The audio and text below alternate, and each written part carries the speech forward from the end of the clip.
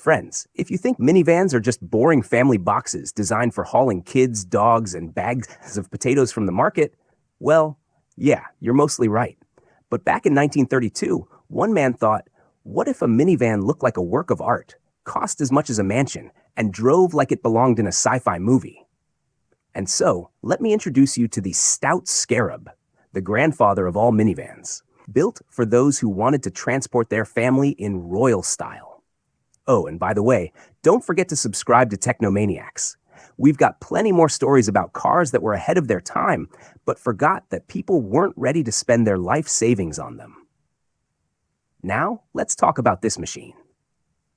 The Stout Scarab was the world's first minivan, appearing way back in 1932.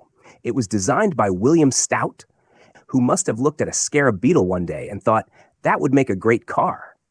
The result? A sleek aluminum monocoque body with an incredibly spacious interior. And get this, the Ford 2.3L V8 engine, 85 horsepower, was placed directly over the rear axle. That means a completely flat floor in the 1930s.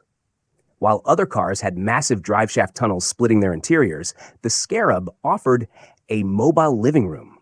But the real magic was inside. Wood, leather, chrome, pure luxury. The seats were taken straight from aviation and could move around the cabin, making it feel like an airplane lounge. There was even a table in front of the rear bench, because why not play chess while driving? And in case you needed a smoke break, the car had 3 cigarette lighters. 3. In the 30s, lung health wasn't exactly a priority. Stout was so confident in his creation that he founded the Stout Motor Car Company in 1934, planning to produce 100 Scarabs per year. But, as you can guess, Americans in the 30s weren't ready to spend $5,000 on a car, which would be around $100,000 today. For comparison, a regular Ford cost about $500 to $700 back then. So, for the price of 1 Scarab, you could buy 10 Fords. When people saw the price tag, they basically said, "Can I just get a normal car and a house instead?" In the end, only 9 Stout Scarabs were built. That's not a failure. That's exclusivity. Today, these cars go for insane amounts at auctions because collectors have finally realized that this wasn't just a vehicle. It was an Art Deco masterpiece on wheels. But the story doesn't end there. One dedicated fan, Ron Schneider, spent 2 years restoring a Stout Scarab, then drove it across the U.S. twice. While in Phoenix, he even met William Stout's grandson, who looked at the car and said, "It was once considered ugly, but now it's a legend."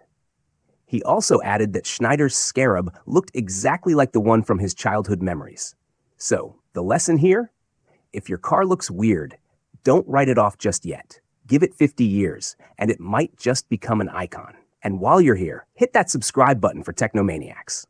We're on a mission to find more cars that were ahead of their time, but way out of their buyers' budgets.